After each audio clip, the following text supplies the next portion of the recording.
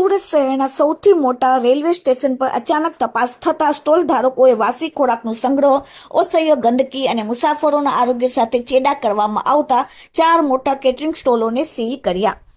સુરત શહેર એટલે મેટ્રો સિટીમાં સૌથી મોટું રેલવે સ્ટેશન પર મુસાફરોના આરોગ્ય સાથે ખુલ્લેઆમ ચેડા થતા હોવાનો મોટો પર્દાફાશ.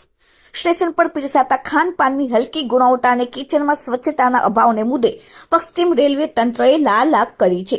રેલવેના સક્ષમ અધિકારીઓએ અચાનક હાથ ધરેલા સરપ્રાઇઝ ચેકિંગ બાદ નિયમોનું ઉલ્લંઘન કરતા 4 મોટા કેટરિંગ યુનિટોને તાત્કાલિક અસરથી સીલ મારી બંધ કરવાનો કડક આદેશ આપ્યો, જેમાં 1 Maheshchandra company, 2 RR Bhavsar, 3 Masood Ahmed and company અને 4 મહેશચંદ્ર એન્ડ કંપની અન્ય સ્ટોલ યુનિટ.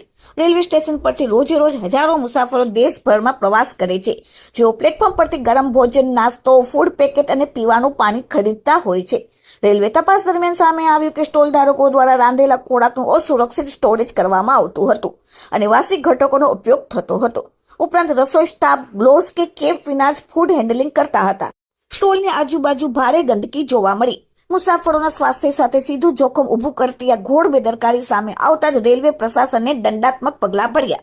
આ કડક કાર્યવાહી બાદ રેલવે અધિકારીઓએ તમામ કેટરિંગ કોન્ટ્રાક્ટરો, સ્ટોલ ધારકો અને રસોઈ સ્ટાફને કડક સૂચના આપી કે ફૂડ હેન્ડલિંગ, સેનિટેશન અને અંગત સ્વચ્છતાના નિયમોનું પાલન કરવું પડશે. અધિકારીઓએ સ્પષ્ટ સંકેત આપ્યો છે કે મુસાફરોના સ્વાસ્થ્ય સાથે કોઈ પણ બાંધછોડ ચલાવી લેવામાં નહીં આવે. આવનાર દિવસોમાં પણ આ જ પ્રકારની સરપ્રાઇઝ ચેકિંગ હંમેશા ચાલુ રહેશે. નિયમોનો ભંગ કરનારા સ્ટોલ લાયસન્સ કાયમ માટે રદ કરવાની પણ ચેતવણી આપવામાં આવી. Bureau report, daily India TV, Surat. Kalpesh Barot, પૂર્વ સદસ્ય ZRCC વેસ્ટર્ન રેલવે. પેસેન્જરોની ફરિયાદ અને તેઓના હિતને ધ્યાનમાં રાખીને સુરત CMI તેમજ મુંબઈ ડિવિઝનના અધિકારી દ્વારા જે આજે સ્ટોલને સીલ મારવામાં આવ્યા છે તે અભિનંદનનો પાત્ર છે.